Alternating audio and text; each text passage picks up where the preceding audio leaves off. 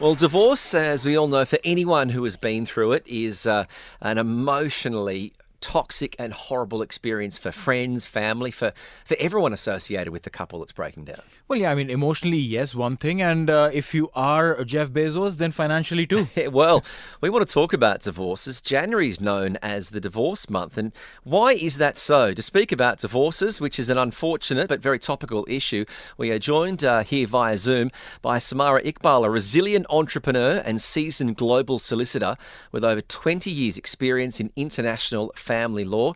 And back in 2019, she set up her own firm, Aramis Family Law in Manchester in the UK, but she's now got offices across Riyadh, Doha, and most recently expanded into Abu Dhabi. And she's won plenty of awards whilst also being recognised as a foreign lawyer within the Abu Dhabi Judicial Court and assisting expats at this court. Joining us via Zoom is Samara Iqbal. It's a sensational resume. Thank you very much for joining us here this afternoon. Yeah, hi, thanks for having me. You're very kind with your words. Yeah, well, we're touching about this, which is a sensitive but obviously a very real topic for many people. January is known as divorce month. We know that sometimes Christmas can be stressful. Why is January divorce month?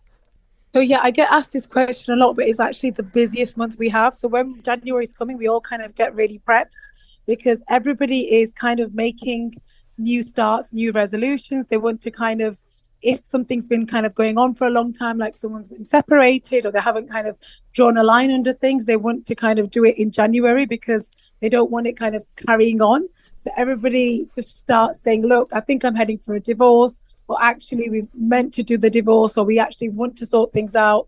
I've played happy families over the holidays. It's not working out. I need to do something. And it's very, very, it's crazy how it's such a popular month for divorce.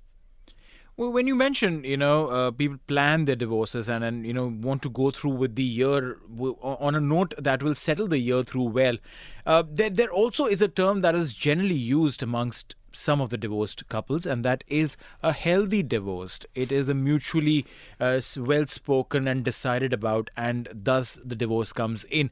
Is there anything which is called a healthy divorce then?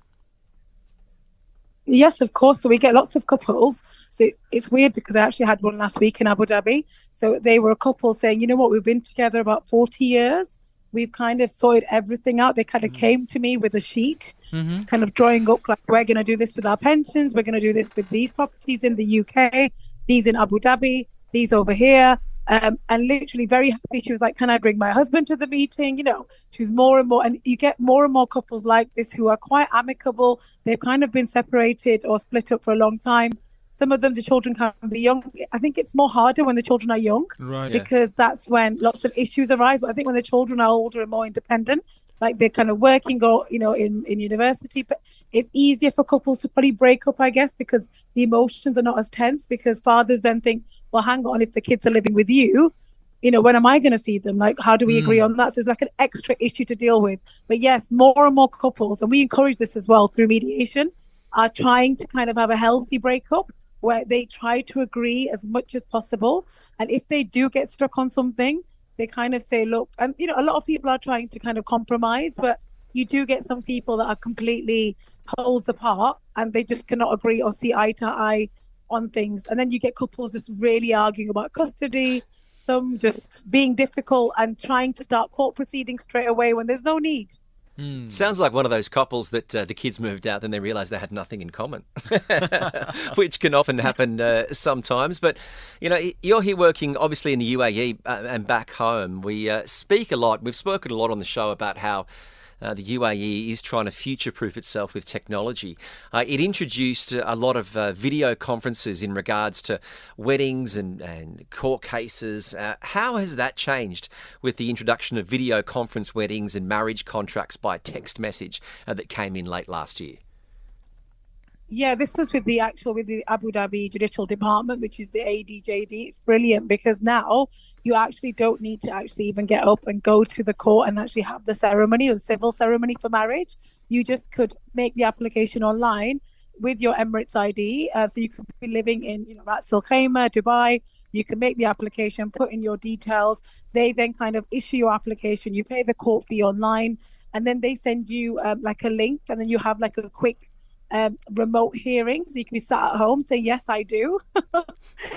And then they kind of send you a text saying everything's done, it's agreed, and they send you or email you your marriage certificate like literally the same day. So it's brilliant. It's a really good initiative, and more people are doing it. And I've actually, it's even weird. This morning, a lady was saying, "Look, I need to get married fast. Can I do a prenup?" Well, and I was like, "Yeah, you don't need to go Abu Dhabi. We can get this all sorted for you." So yeah, more and more people are doing it, and it's crazy how popular it's become. I think it's a great initiative that Abu Dhabi Civil Court has started, and I think nobody else has kind of thought of this. I get So it, it's really brilliant. But the romantic in me is like, if someone wants to get married fast, what's the rush about so much? But I mean, that's the positive side of it. But the negative side is, people they fall in love, they fall out of love, and when it comes to divorce. Do you have any tips? Because you see this time and time again, and you've seen so many circumstances. What's your advice in taking an impartial view on so many of these relationships breaking down, on how to protect yourself and prepare mentally and emotionally for a divorce? Yeah, I always say to people, when you kind of get divorced, and especially when there's a lot involved, like, you've been married for a while, or you kind of moved to countries together, like if you're expats that have moved to Dubai or the UAE, and obviously you're here, you haven't got family support, the culture's different, you're both maybe working long hours, it's different, it's hard. And, to get divorced, it's a big thing mentally, emotionally, psychologically, even for men and women.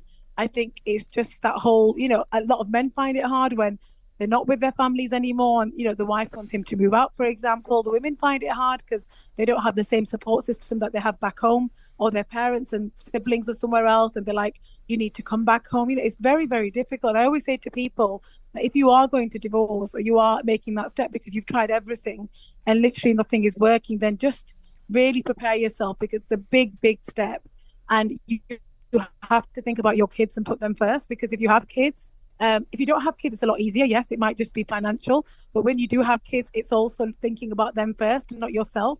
Because you see parents just, it's very tit for tat, like he did this and I did this, and it's like, well, your kids actually want you to both kind of be healthy and be, still be positive parenting, kind of spend time with both. Kids are close to both mom and dad. I kind of stuck in between, especially when they're a bit older and a bit smarter, like they're even in primary school. So it's very, very hard. So I always say to people, just really decide before you make this step. Try your best to agree on as much as you can. Keep it healthy. Be positive. Try not to be toxic. Can't stop people sometimes, because things can become toxic. People can be difficult with each other. But yeah, definitely positive mindset. But if you are an expat, especially if you live in the UAE or any country, it's a big thing to get divorced here, because that is your family. That is your main family unit. You don't have extended family here. Like some people do, but not a lot. 80% of people don't have their family support. And lots of men and women find it really hard when they find themselves kind of having to move into their own apartments, not seeing their kids as much, maybe not having, coming home to that family atmosphere. And it can be a very lonely place. So I always say, kind of try and work things out so it's kind of positive. You and your wife or ex-wife are going to be on good terms. You get to see the kids, you compromise, you work on things, and you get couples, they're positive about it. They're like, look, it's not working. He's not happy, I'm not happy, but you know what? The kids love us both. They want to, he lives nearby. I'm not far from the school. He's going to have them a few days a week. I'll have them for the other days a week. I work, he works. We're just going to split things. Yeah, we've got this together. We'll split that as well. We'll split the joint account. Yeah, he can have a holiday. Yeah, I'll have one. We'll let each other know. We're not going to be difficult. And that's brilliant. But, it's not the same for everyone, unfortunately. Yes. So yeah, my advice would be that it's hard. Yeah, it can be very hard, but try your best to stay positive. Yeah, Samara, I don't have any family in the UAE. I think that's why I'm so happy here. So sometimes it can work for a lot of people.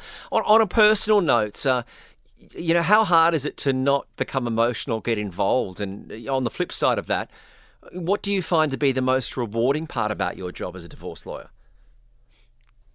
I think what I enjoy the most is helping people kind of work out what the easy routes to do things without it being difficult for them.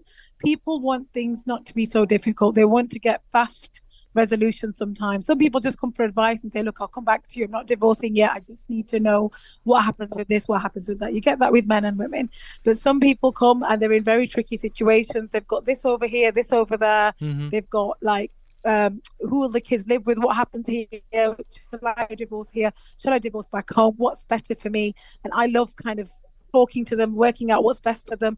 If they need a financial advisor, we get them one. If they need a pension advisor, we look at, all the assets kind of, if there is a lot, worldwide, we work out which court would be the best for them. So it's not always, for example, the UK or the UAE or Qatar. It might be, we have to speak to a lawyer in a different jurisdiction because her husband is Dutch or her husband is German. We just, because expats marry different types of expats, it's different. It's crazy. So I love kind of dealing with different cultures and then also kind of helping them work out kind of the best way of doing it. And I've got links with lots of lawyers in different jurisdictions who I'm quite connected with, who help me, because I can't wear every hat. So I have to make sure that I liaise with them. And they're like, hang on, I can register that prenup from Abu Dhabi in Kuwait. I can register it in India or in the UK. Right. So we work out how to protect them, but also how best to advise them so that they feel satisfied.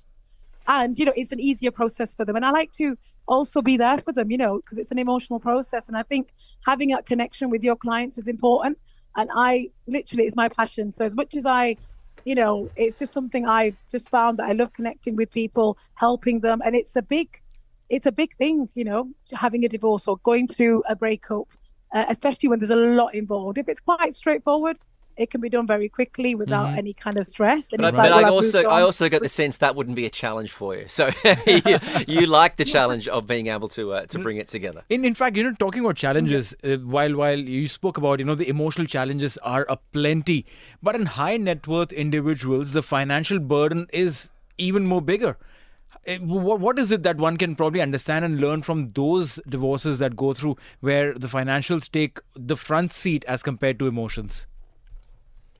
Yeah, so when there's high net worth individuals, so we deal with kind of everyone. We deal with the person who's just got the normal salary and that's it and no assets and they want to get divorced.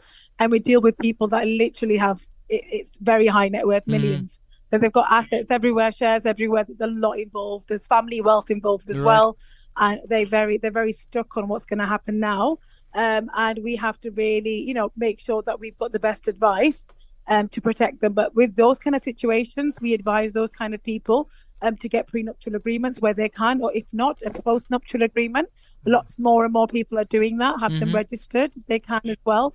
In the Middle East, there is ways of doing that. In Qatar, for example, you could be having a prenup registered as well with the court as like a contract. So if you were to buy assets and you were looking to get married and you bought things in joint names and you split up, you still could have it agreed with the court. And if there was a breach or there was any kind of disagreement, you could go back to court and have some remedy. So I think more and more couples are looking to do that, and it's not seen as, there's no stigma attached to it anymore as it used to be. So I think for high net worth individuals, I always recommend prenups, but sometimes they're not there and that person gets involved and there's a lot involved and they're like, hang on, I should have done one. I was advised to do one.